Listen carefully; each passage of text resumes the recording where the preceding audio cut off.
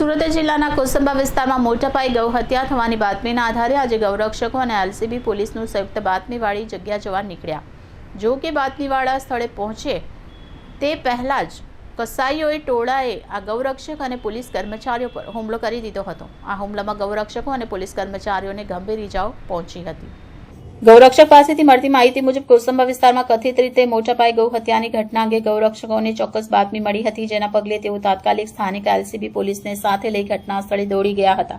ગૌરક્ષક અને પોલીસનું સંયુક્ત પગારું હજુ બાતમીવાળા સ્થળે પહોંચે એ પહેલા જ કસાઈઓના એક ટોળાએ તેમના પર અચાનક હુમલો કરી દીધો હોવાનો આરોપ છે। હુમલામાં કેટલાક ગૌરક્ષક અને પોલીસ કર્મચારીઓને ઈજા થતા તેમને તાત્કાલિક સારવાર અર્થે સુરત સિવિલ હોસ્પિટલ ખસેડવામાં આવ્યા હતા। પોલીસે હુમલાની ઘટના અંગે ગંભીરતા દાખવી તાત્કાલિક કાર્યવાહી હાથ ધરી છે। પોલીસે હુમલામાં સામેલ કસાઈઓની શોધખોળ શરૂ કરી છે અને ઘટના સ્થળે પહોંચી વધુ તપાસ હાથ ધરી છે। મારું નામ જયભાઈ પટેલ છે। જયભાઈ, શું ઘટના બની હતી?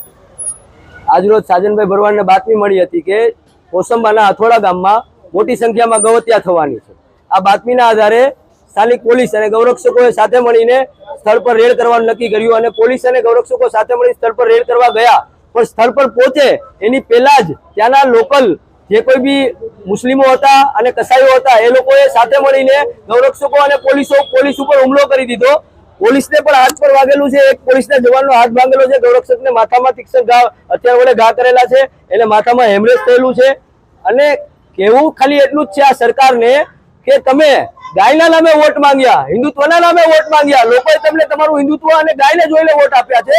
અને આ ગુજરાતમાં ગાય સુરક્ષિત નથી, આ ગુજરાતમાં પોલીસ સુરક્ષિત નથી। પોલીસ જો ખાખીમાં હોય તો પણ એનું પણ હુમલો થાય, પોલીસના કમરે બંદૂક લટકતી હોય તો પણ એનો પણ હુમલો થાય। તો આ સરકારે શું પોલીસને આ બંદૂક લગનમાં ફોડવા માટે આપેલી છે?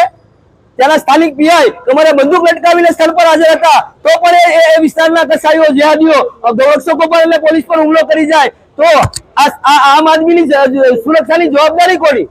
અને અવારનવાર આપણા ગુજરાતના ડેપ્યુટી સીએમ એમ કહેતા હોય છે કે કસાઈઓની ચાલ બદલાઈ જશે, કસાઈઓની ચાલ બદલાઈ જશે, કોઈ બી જબરબંધીને છોડવામાં નહીં આવે, કોઈ પણ ગૌહત્યારાઓને છોડવામાં નહીં આવે।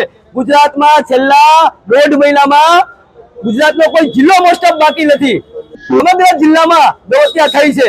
તો આ ગૌહત્યા કઈ રીતે થાય છે?